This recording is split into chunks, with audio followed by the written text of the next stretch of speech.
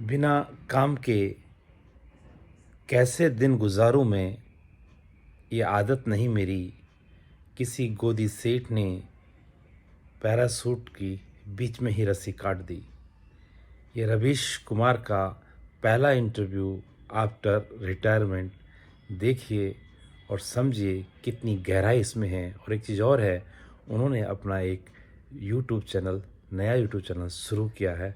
तो गाइज उनका पहला इंटरव्यू देखिए जो उन्होंने आफ्टर रिटायरमेंट एनडीटीवी से रिटायरमेंट करके दिया है। कोई ऐसा नहीं होगा जो रवीश को जानता पहचानता नहीं होगा, इसलिए किसी लंबे चौड़े परिचय की ज़रूरत नहीं है होती होगी। हाँ ये सुबह कुछ खास है? हाँ, बिल्कुल अलग है। हाँ, मैं इन दिनों अपने दर्शकों को बहुत मिस कर रहा हूँ।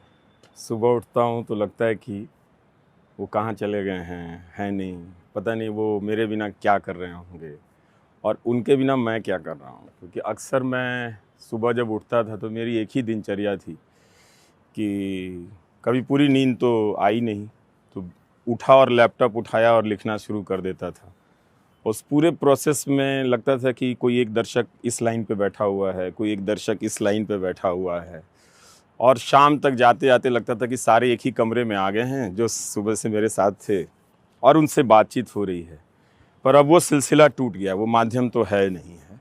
और जो रोज़ रात को करने का एक जो अभ्यास होता था वो भी अब ख़त्म हो चुका है।